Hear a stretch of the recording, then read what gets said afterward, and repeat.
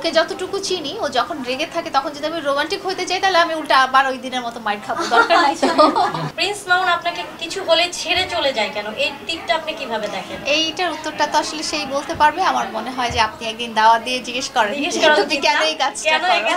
এখানে ব্যর্থতার কিছু নাই, এক একজন মানুষ এক এক রকম হয়। মানুষের যে বেসিক গুণাবলী আছে বা বেসিক বৈশিষ্ট্য আছে, এটা খুব খুব একটা চেঞ্জ করা সম্ভব না। এটা ওর ক্যারেক্টার বা ওর বৈশিষ্ট্য বা ওর গুণাবলী যেটাই বলেন না কেন, এটা তার অ্যাবসলিউটলি, এটা চেঞ্জ করার মতো হয়তো না। ওকে যেহেতু আমি 4টা বছর খুব কাছে থেকে দেখেছি, ব্যক্তিগত মানুষ হিসেবে ওর মনে কি চলছে বা ওর মনে কি আছে সেটা আমি খুব ভালো জানি।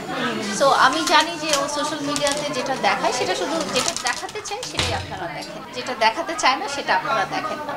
তো ও যেহেতু একজন প্রফেশনাল কন্টেন্ট ক্রিয়েটার, সো ওর কাজটা প্রফেশনালি হয় এবং সে জানে যে কীভাবে দর্শকপ্রিয়তা পাওয়া দরকার আছে।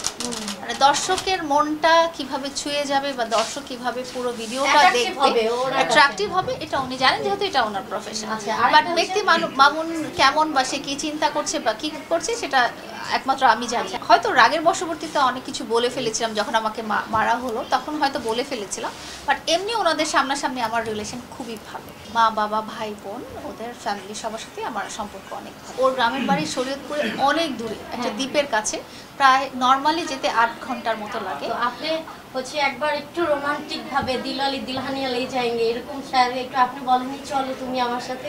না, কারণ ও দরজা লাগিয়ে দিয়েছে। তো দরজা লাগানোর ওই পাশে ব্যক্তিকে তো আমি বলতে পারিনি, হ্যাঁ বলতে পারি না। আর ওকে যতটুকু চিনি, ও যখন রেগে থাকে তখন যদি আমি রোমান্টিক হইতে চাই তাহলে আমি উল্টা আবার ওই দিনের মতো মাইর খাবো, দরকার নাই। এজন্য আর বলেন না, আর বলি চলে আসছি। আমি জানি যে ওকে ও রাগার অবস্থায় কিছু বললে সেটা কাজ হবে না।